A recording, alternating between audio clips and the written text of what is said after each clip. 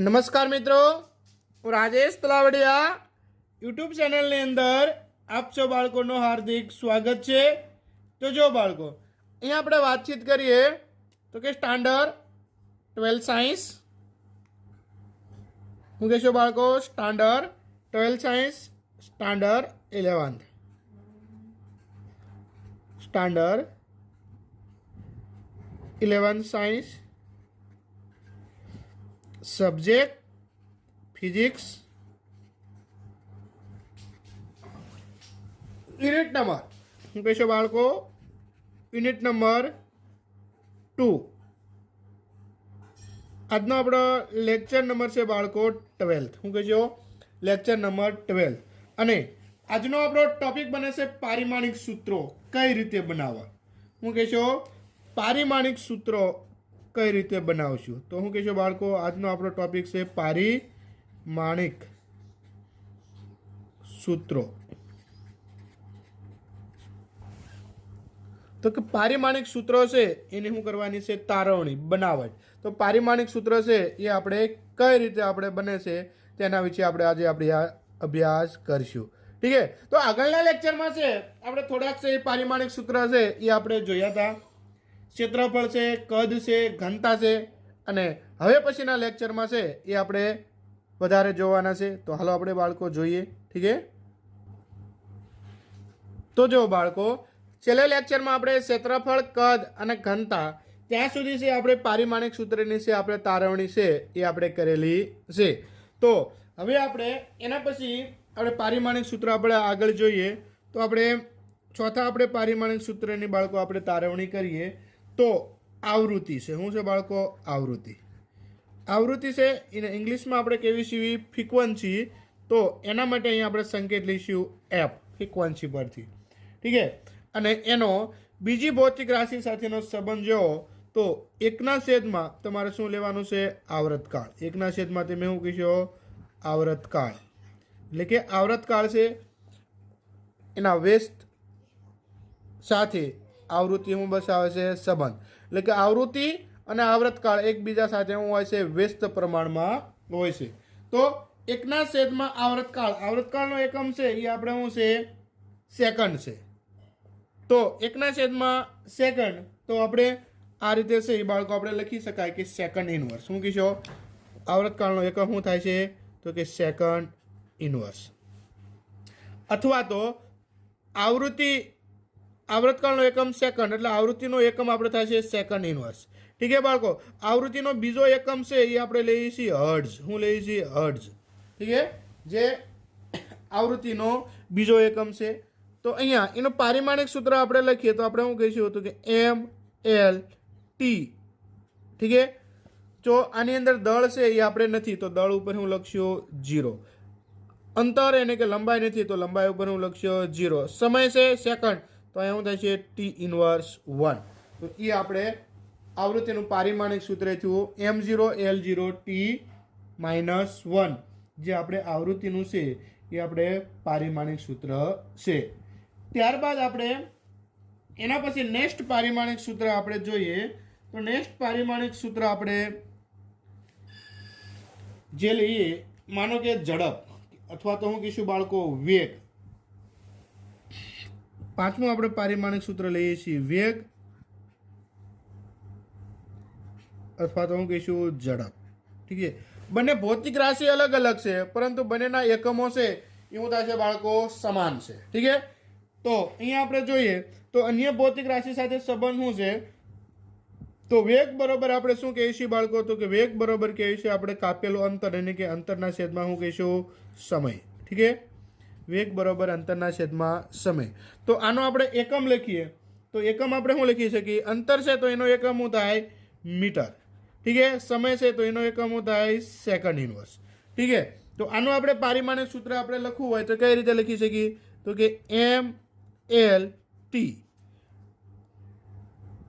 દળ આની અંદર છે ને એટલે એમ શું કરશો? 0। ઠીક છે? લંબાઈ તો કે મીટર છે તો કે 1। સમય તો કે સેકન્ડ ઇનવર્સ છે એટલે -1। તો વેગ અથવા ઝડપનો આપણે પારિમાણિક સૂત્ર આપણે શું થાય? તો કે M0L1T-1। ઠીક છે? જે આપણે વેગ છે એનું આપણે પારિમાણિક સૂત્ર છે. તો હવે પછી આપણે વાતચીત કરીએ તો આપણે પ્રવેગનું પારિમાણિક સૂત્ર લખીએ. કોનું? પ્રવેગનું. તો જો પ્રવેગનું પારિમાણિક સૂત્ર તો કે પ્રવેગ, ઠીક છે. તો પ્રવેગ એને કે આપણે કહીશું સંકેત એ, ઝડપ એને કે આપણે શું કહીશું વી. તો જો બાળકો પ્રવેગ છે એનું પારિમાણિક સૂત્ર આપણે લખીએ એ પહેલાં બીજી ભૌતિક રાશિ સાથેનો એનો સંબંધ શું છે? તો કે પ્રવેગ છે એની બીજી ભૌતિક રાશિ સાથે સંબંધ તો કે વેગમાં થતો શું કહીશો? તો કે વેગમાં થતો તમારે શું લેવાનો છે? ફેરફાર. શું કહીશો? વેગમાં થતો તમારે શું કહેવાનો છે? ફેરફાર. છેદમાં તમારે શું કહેવાનું છે બાળકો? સમય. ઠીક છે. વેગમાં થતો ફેરફાર એટલે શું થાય? એનો એકમ આપણે લઈએ તો હું કહીશું મીટર. ઠીક છે. અને મીટર સેકન્ડ ઇનવર્સ, પણ આ સમય છે એટલે ઉપર જાય એટલે શું થઈ જાય છે? ઇનવર્સ શું થઈ જાય છે? 2. તો જે તમારે જે છે એ તમારે પ્રવેગનો એકમ થયો તો કે મીટર સેકન્ડ ઇનવર્સ 2. તો જો આનું આપણે પારિમાણિક સૂત્ર બનાવીએ તો કે MLT. દળ તો આમાં છે નહીં એટલે 0. લંબાઈ તો કે મીટર છે તો કે 1. સમય તો કે સેકન્ડ ઇનવર્સ 2 છે તો એ માઇનસ શું કરીશું? 2. ઠીક છે. તો કે M0L1T માઇનસ શું કહીશું? 2. જે આપણે પારિમાણિક સૂત્ર છે પ્રવેગનું. ત્યારબાદ પ્રવેગના પારિમાણિક સૂત્ર બાદ આપણે લઈએ નવું પારિમાણિક સૂત્ર, જેને આપણે નામ આપશું બાળકો કે બળ. સાતમું આપણે પારિમાણિક સૂત્ર આપણે લઈએ છીએ બાળકો બળ, એને કે F એને કે ફોર્સ. તો કે એને અન્ય ભૌતિક રાશિ સાથે આપણે સંબંધ છે દળ, એને ગુણ્યા શું કરશો? પ્રવેગ. તો પ્રવેગનો એકમ આપણે જાણીએ છીએ શું છે? તો કે મીટર સેકન્ડ ઇનવર્સ 2. તો કે દળ છે એનો આપણે એકમ લખી શકાય કેજી. તો આપણે બળનો છે એકમ થઈ જાય કેજી મીટર સેકન્ડ ઇનવર્સ 2. શું કહેશો? Kg metre second inverse 2. અથવા બળ છે એના વૈજ્ઞાનિક નામ ઉપરથી એનો એકમ આપણે લઈએ છીએ ન્યૂટન. શું કહીએ છીએ? ન્યૂટન, જેને કેપિટલ N વડે દર્શાવે છે. એના વડે? કેપિટલ N વડે, વૈજ્ઞાનિકના નામ છે માટે. તો અહીંયા જો પ્રવેગનું આપણે પારિમાણિક સૂત્ર આપણે જાણીએ છીએ શું છે? તો કે M0L1T - 2. પરંતુ પ્રવેગ સાથે બળ લ્યો એટલે બળ છે દળ ગુણ્યા પ્રવેગ, એટલે કે દળનું પારિમાણિક સૂત્ર અને પ્રવેગનું પારિમાણિક સૂત્ર બંનેનો ગુણાકાર કરવાનો, અથવા તો કેજી મીટર સેકન્ડ ઇનવર્સ 2 ઉપરથી પણ આપણે છે એ બાળકો આપણે લખી શકાય. તો જો ML અને શું કરશો? T. અહીંયા દળ છે તો હા કેટલા છે? તો કે 1 કેજી માટે. મીટર તો કે 1. સેકન્ડ તો કે ઇનવર્સ 2. તો કે બળનું પારિમાણિક સૂત્ર આપણે થાય છે M1L1T - 2. શું કહેશો? જેનું પારિમાણિક સૂત્ર આપણે થાય છે M1L1T - 2. જે આપણે બળનું છે એ પારિમાણિક સૂત્ર છે. ત્યારબાદ આપણે નેક્સ્ટ પારિમાણિક સૂત્રની આપણે બાળકો વાતચીત કરીએ તો નેક્સ્ટ પારિમાણિક સૂત્ર આપણે આવે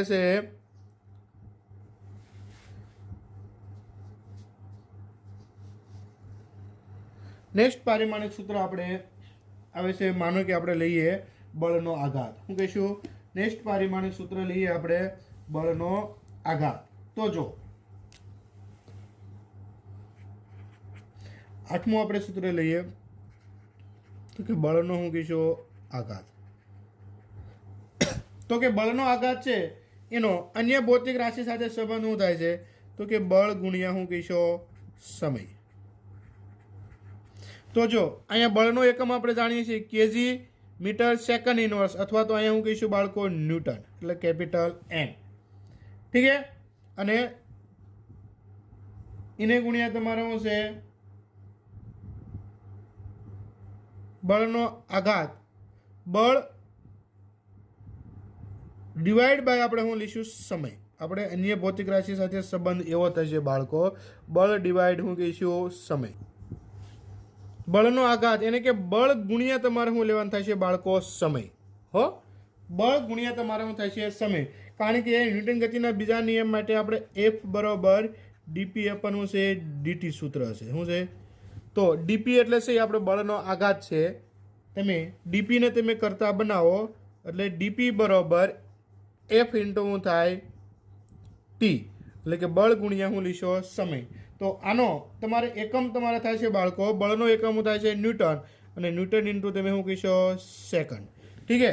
તો ન્યૂટનનું પારિમાણિક સૂત્ર આપણે જાણીએ છીએ m1L1T-2 અને સેકન્ડ છે એટલે એક આપણે પ્લસ કરશું એટલે આની અંદર આપણે 2 છે એમાંથી એક ઘાત શું થઈ જાય છે ઓછી એટલે ml શું કહીશું ટી તો કે m1L1T- શું થાય છે 1 જે આપણે બળના આઘાતનું છે એ આપણે પારિમાણિક સૂત્ર છે.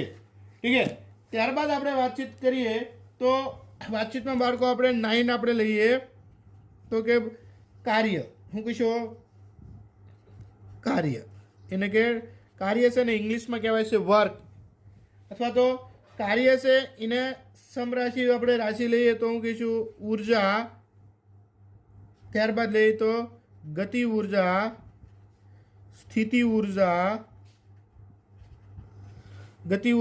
સ્થિતિ ઉર્જા અથવા તો ઉષ્મા ઉર્જા. તો કે આ બધી ભૌતિક રાશિ એ કાર્ય સાથે સંબંધ ધરાવે છે અને બધાના એકમો છે એ સમાન છે. તો કાર્ય છે તો એના માટે આપણે વાતચીત કરીએ તો અહીંયા આપણે બાળકો કાર્ય કોને કરીશું તો કે બળ ગુણ્યા તમારે શું લેવાનું છે સ્થાનાંતર. સ્થાનાંતર એટલે તમારે શું થાય અંતર. તો અન્ય ભૌતિક રાશિ સાથે સંબંધ છે બળ ગુણ્યા તમારે શું લેવાનું છે અંતર. તો કે બળનો એકમ છે એ આપણે જાણીએ છીએ. બળનો એકમ આપણે શું છે તો કે બળનો એકમ આપણે ન્યૂટન. ઠીક છે. અને અંતર છે એનો એકમ આપણે શું લઈશું ન્યૂટન ઇન્ટુ મીટર અથવા તો આ બંનેને સમતોલ એવો એકમ તમારે લેવાનો છે જૂલ. શું કહીશો જૂલ. આ બંનેને સમતુલ્ય એવો એકમ તમારે શું લેવાનો છે જૂલ જેને કેપિટલ જે વડે છે એ તમારે દર્શાવાય છે. બળનું પારિમાણિક સૂત્ર આપણે જાણીએ છીએ શું છે તો કે ન્યૂટનનું પારિમાણિક સૂત્ર શું છે તો m1L1T-2. ઠીક છે. તો અહીંયા મીટર છે તો અહીંયા તમારે શું થઈ જાય છે L2 થઈ જાય છે તો કે m1L2 અને T-2. આ તમારે જે સૂત્ર છે એ તમારે ઉર્જાનું કહેતો હોય ભલે, કાર્યનું કહેતો હોય ભલે, ગતિ ઉર્જાનું કહેતો હોય ભલે, સ્થિતિ ઉર્જાનું કહેતો હોય ભલે અને ઉષ્મા ઉર્જા એ તમે એનું કહેતો હોય ભલે, એ તમારે પારિમાણિક સૂત્ર છે એનું તમને શું મળે છે સમાન. જ્યાં તમારે એકમ જૂલ લાગુ પડે ત્યાં તમારે દરેક જગ્યાએ પારિમાણિક સૂત્ર છે એ તમારે શું થાય છે સમાન થશે એટલે કે m1L2T-2. ઠીક છે. તો જો બાળકો આ રીતે છે તમારે પારિમાણિક સૂત્ર છે એ તમને બનાવતા આવડવું જોઈએ. તો હવે અહીંયા આપણે પારિમાણિક સૂત્ર છે એ આપણે અહીંયા સુધી રાખીએ. ઠીક છે. જ્યારે કોઈ પણ તમારે એસઆઈ એકમ પદ્ધતિ ઉપરથી તમને પારિમાણિક સૂત્ર છે એ જેટલી આપણે ભૌતિક રાશિ તારવતા જઈશું એ ભૌતિક રાશિના આપણે એકમો તારવીશું અને એને ઉપરથી જે તે સમય હશે એ આપણે પારિમાણિક સૂત્ર છે એનો આપણે ઉપયોગ કરશું. પારિમાણિક સૂત્ર આપણે બનાવશું. પરંતુ અહીંયા આપણે એક નાનો એવો ટોપિક છે એ આપણે એક્ઝામ્પલ માટે છે એ આપણે ઉપયોગી બને છે તો એના માટે થોડીક આપણે ડિસ્કસ કરવી જરૂરી છે. તો પ્રશ્ન આપણે એવો છે કે પારિમાણિક વિશ્લેષણ એટલે શું? શું કહેશો બાળકો તો કે પ્રશ્ન આપણે એવો છે પારિમાણિક વિશ્લેષણ. શું કહેશો બાળકો તો કે પારિમાણિક વિશ્લેષણ. શું કહેશો પારિમાણિક વિશ્લેષણ અને તેનો ઉપયોગ આપણે જોઈએ. ઠીક છે. તો પહેલા આપણે છે એ પારિમાણિક વિશ્લેષણ જોઈએ. શું કહેશો તો કે પહેલા આપણે ડિસ્કસ કરીએ બાળકો તો કે પારિમાણિક વિશ્લેષણ. શું કહેશો પારિમાણિક એટલે કે પારિમાણિક આપણે શું કહીએ બાળકો પારિમાણિક વિશ્લેષણ.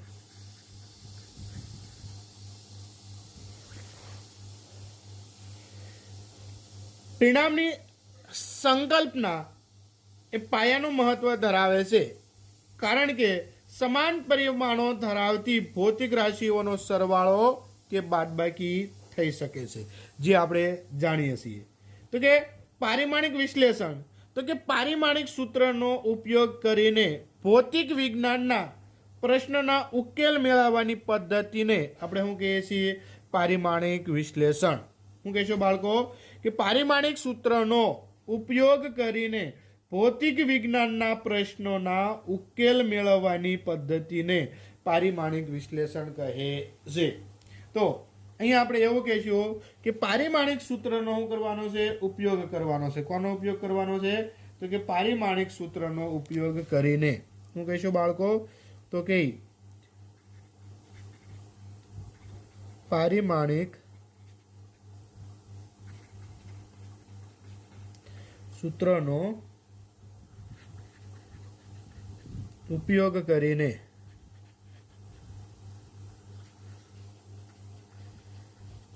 ભૌતિક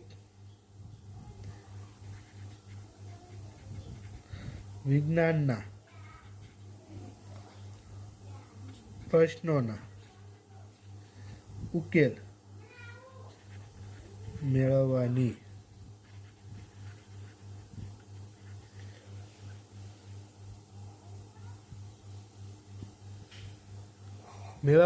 પદ્ધતિને કે પારિમાણિક સૂત્રનો ઉપયોગ કરીને ભૌતિક વિજ્ઞાનના પ્રશ્નોના ઉકેલ મેળવવાની પદ્ધતિને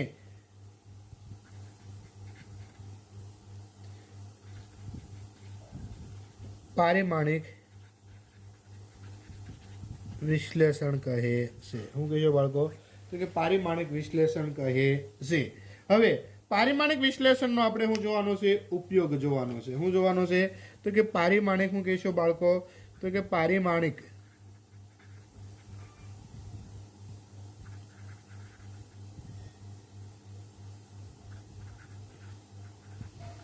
વિશ્લેષણનો શું જોવાનો છે? ઉપયોગ. તો કે પારિમાણિક વિશ્લેષણનો આપણે ઉપયોગ જોઈએ તો કે એના મુખ્ય 3 ઉપયોગ છે. શું કહીશો? મુખ્ય 3 ઉપયોગ છે. પહેલો ઉપયોગ એવો છે બાળકો કે બે જુદી જુદી એકમ પદ્ધતિના કોઈ ભૌતિક રાશિના એકમો વચ્ચે સંખ્યાત્મક સંબંધ નક્કી કરવો. પહેલો ઉપયોગ. બીજો ઉપયોગ તો કે ભૌતિક રાશિઓને સાંકળતા સમીકરણની યથાર્થતા ચકાસવી. ત્રીજો ઉપયોગ કોઈ ભૌતિક રાશિનું અન્ય ભૌતિક રાશિઓ સાથે સંબંધ દર્શાવતું સમીકરણ મેળવવું. 3 એના છે એ બાળકો આપણે ઉપયોગો રહેલા છે. તો જો એ 3 ઉપયોગો આપણે કયા કયા છે બાળકો? તો કે એના બાળકો છે આપણે 3 ઉપયોગો છે. તો કે પહેલો આપણે ઉપયોગ જોઈએ તો કે પહેલો ઉપયોગ શું છે? તો કે બે જુદી જુદી શું કહેશો બાળકો? કે જુદી જુદી એકમ પદ્ધતિ. શું કહેશો? જુદી જુદી એકમ પદ્ધતિના કોઈ ભૌતિક રાશિના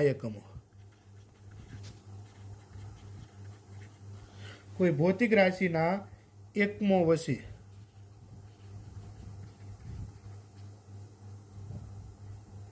સંખ્યાત્મક સંબંધ. શું કહીશો? સંખ્યાત્મક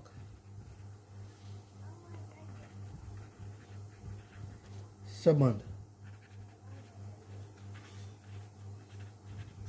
નક્કી કરવો. શું કીધો? સંખ્યાત્મક સંબંધ નક્કી કરવો.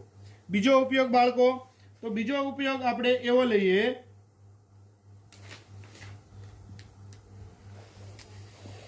જે આપણે બધા જાણીએ છીએ. શું કહીશું? કે ભૌતિક રાશિઓને સાંકળતા સમીકરણોની ભૌતિક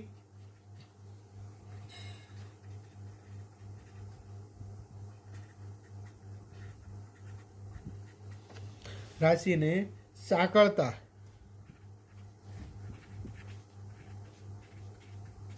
સમીકરણની યથાર્થતા ચકાસવી.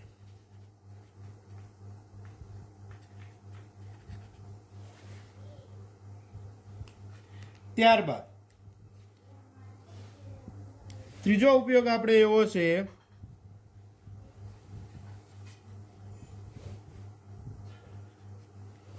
કે કોઈ ભૌતિક રાશિનું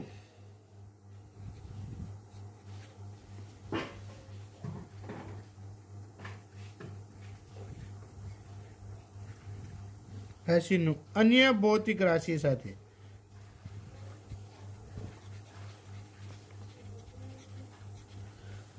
અન્ય ભૌતિક રાશિઓ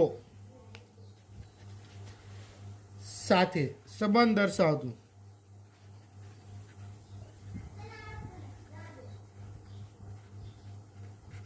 સમી મેળવવું. અન્ય ભૌતિક રાશિઓ સાથે સંબંધ દર્શાવતું સમી મેળવવું. તો આ થયો એનો બાળકો ઉપયોગ. ઠીક છે? 1, 2 અને 3 બાળકો છે એ આપણે ઉપયોગ છે. હવે પછી આપણે જોઈએ મર્યાદા. તો જો બાળકો, હવે આપણે પારિમાણિક વિશ્લેષણની મર્યાદાઓ જણાવીએ તો એમ કહી શકાય, પહેલી, માત્ર એમ એલ અને ટીનો સમાવેશ કરતા પારિમાણિક સમીકરણમાં એમએલટીના ઘાતાંકોની સરખામણી કરતા વધુમાં વધુ 3 સમીકરણો મળે છે. કેટલા મળે છે? 3 સમીકરણો. આથી કોઈ પણ ભૌતિક રાશિનું 3 કરતાં વધારે રાશિ સાથેના સમીકરણનું નિશ્ચિત સ્વરૂપ મેળવી શકાતું નથી. બીજી મર્યાદાની વાતચીત કરીએ તો ભૌતિક રાશિના સમીકરણમાં આવતા પરિમાણ રહિત અસળાંકના અંક વિશેની માહિતી મળતી નથી. પરિમાણ વચ્ચેના આપણે અંક વિશેની માહિતી કહીએ તો કે ગતિ ઉર્જાનું સૂત્ર આપણે છે કે બરોબર 1/2 mv². ઠીક છે, તો ગતિ ઉર્જા માટે 1/2 છે એનું આપણે અચળ ગણાય છે. એટલે આપણે બાળકો એમ કહી શકશું કે ગતિ ઉર્જા છે અહીંયા આપણે મર્યાદાની સહી આપણે વાતચીત બાળકો કરીએ તો હું કહીશું બાળકો કે પારિમાણિક વિશ્લેષણની હું લેવાની છે મર્યાદા.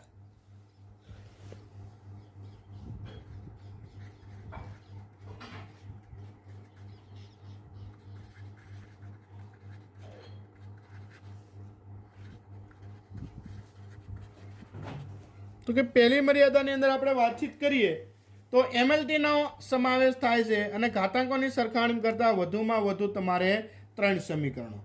બીજું આપણે એવી છે કે સમીકરણમાં આવતો અસળાંક છે એને આપણે પરિમાણ રહિત ગણીશું. તો દાખલા તરીકે ગતિ ઉર્જાનું સૂત્ર છે 1/2 હું કહીશું બાળકો mv². તો આ 1/2 છે એને આપણે શું કહેવાનું છે બાળકો? પરિમાણ રહિત છે એ આપણે લેવાનું છે. પછી આપણે એવું કહી શકાય કે સરઘાતાંકીય અને ત્રિકોણમિતીય વિધેય પર આધારિત સમીકરણો આ રીતે આપણે મેળવી શકાતા નથી. એટલે કે સરઘાતાંકીય જે સમીકરણ છે અને ત્રિકોણમિતીય એટલે કે sin θ cos θ ના સંદર્ભમાં જે આપણે સમીકરણો છે તેને આપણે આ રીતથી આપણે મેળવી શકાતા નથી. અને જો સમીકરણમાં આવતો સમપરિમાણતા અસળાંક પરિમાણ રહિત ન હોય તો એકમ પદ્ધતિ તો આ પદ્ધતિ ઉપયોગી રહિત નથી. જો સમીકરણમાં આવતો સમપરિમાણતા અસળાંક પરિમાણ રહિત ન હોય તો આ પદ્ધતિ ઉપયોગી રહેતી નથી. ઠીક છે, આવું નવું સૂત્ર છે બાળકો આપણે આવૃતકાળ માટે પણ લઈ શકાય. આવૃતકાળ માટે આપણે લઈશું 2π√L/g. જો અહીંયા જેની અંદર છે 2π છે એ આપણે શું છે બાળકો? અચળ છે. ઠીક છે, તો કે આવો આપણે જ્યારે ગણતરી આપણે કરીશું એક્ઝામ્પલની ત્યારે છે એ આપણને વધારે છે એ આપણને આઈડિયા આવશે. ઠીક છે, તો અહીંયા આ લેક્ચરની અંદર છે આટલી બાળકો આપણે ડિસ્કસ છે એ આપણે રાખીએ. હવે પછીના લેક્ચરમાં છે એ આપણે આથી આપણે આગળ હાલશું. ઠીક છે, તો અહીંયા તોય આપણે છે એક નાનો એવો એક્ઝામ્પલ છે એ સાર્થક અંક માટે છે એ આપણે બાળકો લેવો છે. તો હાલો એક આપણે નાનો એવો એક્ઝામ્પલ સાર્થક અંક માટે લઈએ. પછી આ પારિમાણિક વિશ્લેષણની મર્યાદા અને એને દર્શાવતા ઉપયોગ એવા એક્ઝામ્પલ છે આપણે નેક્સ્ટ લેક્ચરમાં લઈશું. તો અહીંયા આપણે એક નાનો એવો એક્ઝામ્પલ આપણે લઈએ. તો જો બાળકો અહીંયા તમને રકમમાં આ રીતે કીધું છે બાળકો. એક્ઝામ્પલ નંબર આપણે લઈએ 2.14. ઠીક છે, અહીંયા તમને એવું કીધું છે કે 5.74g નો એક પદાર્થ એટલે આપણને દળ આપ્યું છે. દળ એટલે આપણે શું લઈશું? એમ બરાબર આપણને કેટલા કીધા છે? 5.74g. એક પદાર્થ કેટલું કદ ધરાવે છે? કદ એને કેવું કહીશું બાળકો? v બરાબર કદ ધરાવે છે 1.2 સેમી ક્યુબ જેટલો અવકાશ રોકે છે. તો સાર્થક અંકોને ધ્યાનમાં રાખી તેની ઘનતા મેળવો. તેની શું મેળવવાની છે? સાર્થક અંકોને ધ્યાનમાં રાખી તેની ઘનતા એટલે કે રો મેળવો. પરંતુ શું કહેશો બાળકો? સાર્થક અંકોને શું કહેશો? સાર્થક અંકોને ધ્યાનમાં લઈને. ઠીક છે, તો આપણી પાસે બાળકો જોઈએ તો ઘનતાનું આપણે સૂત્ર જાણીએ છીએ. શું છે? તો કે ઘનતાનું સૂત્ર બાળકો આપણે એવું છે. તો કે ઘનતા આપણે શું કહીએ છીએ બાળકો? તો કે ઘનતા ઇક્વલ ટુ આપણે શું કહીએ છીએ બાળકો? દળના છેદમાં શું છે બાળકો? કદ. ઘનતા એને કે રો, દળ એને કે એમ, કદ એને કે વી. ઠીક છે, તો આની અંદર આપણે કિંમત છે એ આપણે બિરાજમાન કરાવીએ તો કે 5.74 અને અહીંયા વી એટલે લઈએ 1.2. આનું આપણે કેલ્ક્યુલેશન કરીએ તો 4.87333 આપણને મળે છે. જો અહીંયા ઓછામાં ઓછા તમારે લઘુત્તમ છે એ તમારે સાર્થક અંક જોવાના. તો કે દળ છે એમાં સાર્થક અંકોની સંખ્યા કેટલી છે? 3. કદ છે એમાં સાર્થક અંકોની સંખ્યા કેટલી છે? 2. તો ઘનતાની અંદર આપણે લઘુત્તમ સાર્થક અંક મૂકીશું 2 લગી આપણે છે એ આપણે દર્શાવવાના. તો જો અહીંયા આપણે એવું કહીશું લઘુત્તમ સાર્થક અંક કેટલા છે? તો કે લઘુત્તમ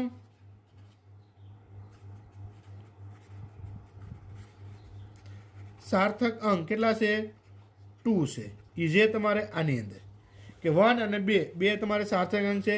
ત્યાંથી ઘનતાને 2 સાર્થક અંક સુધી રાઉન્ડ ઓફ કરતા હું કહીશું તેથી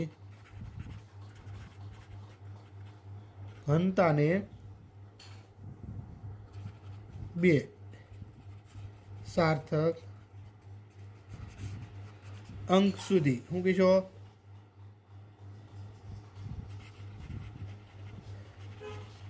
રાઉન્ડ ઓફ કરતા.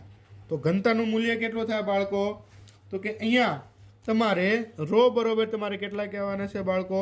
તો કે 4.8 નવું લઈશો ગ્રામ સેમી ઇનવર્સ 3. ઠીક છે, હવે અહીંયા આપણે 2 સાર્થક અંક સુધી લીધું. આ 9.7 છે એના તમારે 9 કરવા હોય તો તમારે બાળકો અહીંયા કરી શકાય 4.9 ગ્રામ સેમી ઇનવર્સ 3. ઠીક છે બાળકો, તો આ રીતે છે એ આપણે ગણતરીમાં છે એ આપણે કેલ્ક્યુલેશન થાય છે. તો આ લેક્ચરમાં છે બાળકો આપણે અહીંયા સુધી રાખશું. હવે પછીના લેક્ચરમાં છે આપણે અહીંયાથી છે એ આપણે આગળ વધશું. ઠીક છે બાળકો, તો આટલો મુહાવરો છે એ તમે વ્યવસ્થિત કરજો.